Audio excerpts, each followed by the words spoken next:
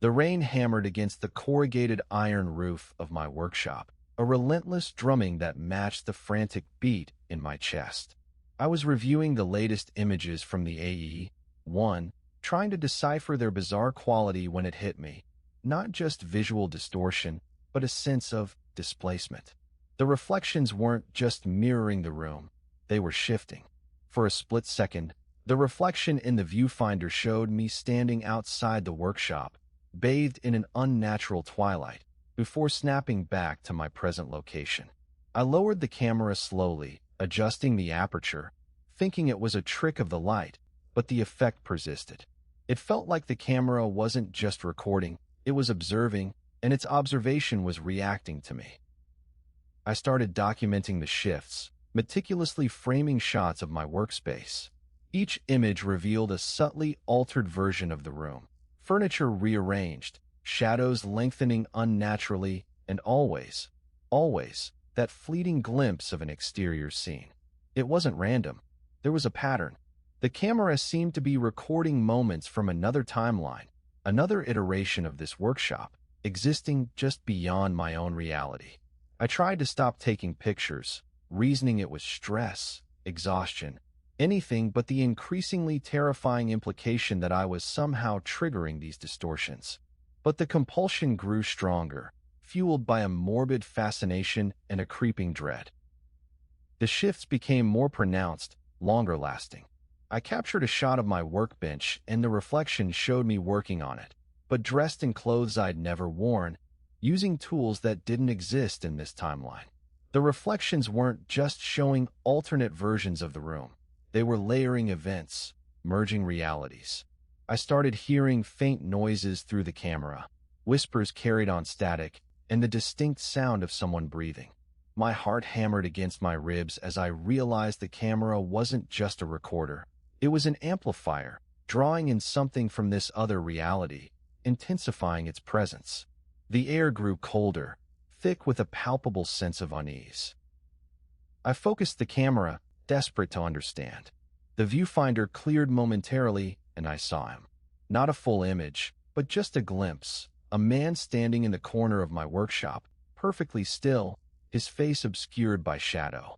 He wasn't reflected. He was there. It felt like an immense weight pressing down on me, suffocating me with terror. The camera lens pulsed with a faint, sickly green light.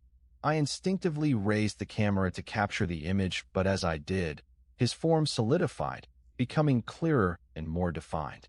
He wasn't human. His eyes were black voids, and his smile was impossibly wide, filled with an ancient, predatory hunger. Without thinking, I adjusted the aperture on the camera, instinctively trying to calibrate the image, as if correcting a flawed lens. As the aperture narrowed, the man in the reflection began to move, not mirroring my actions, but actively responding. He reached out his hand towards the viewfinder, and the reflection seemed to warp, pulling me into it. I felt an intense pressure on my mind, a sense of being pulled through a vortex of shifting images and distorted sounds. The camera whirred, its lens glowing with an increasingly vibrant green. I tried to drop the camera, but my hand wouldn't obey. It was as if my arm was controlled by something else, a force pulling me towards the viewfinder. As I stared into the lens, the workshop dissolved around me, replaced by an identical version of the same room, but bathed in that unnatural twilight. The man stood before me, no longer obscured by shadow, his hand reaching out to touch my face. My own reflection appeared beside him, a duplicate, frozen mid-movement.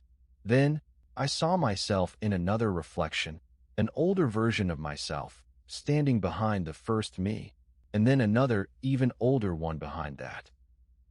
The final image captured on the AE-1 wasn't a photograph.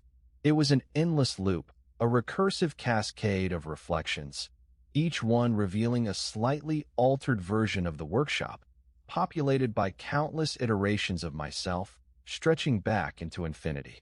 The man stood in the center of it all, his eyes burning with triumphant glee as I realized that I hadn't found a broken camera. I'd become part of its calibration, trapped within an endless loop of temporal distortions. As the last flicker of light faded from the viewfinder, I felt a strange sense of peace. The pressure in my mind vanished, and the room solidified around me. But something was different. The workshop wasn't just a workshop anymore. It was perfectly still, completely devoid of any trace of time or decay. And reflected in the polished metal of the camera lens, I saw not my own face, but that of the man from the reflection, smiling, eternally content,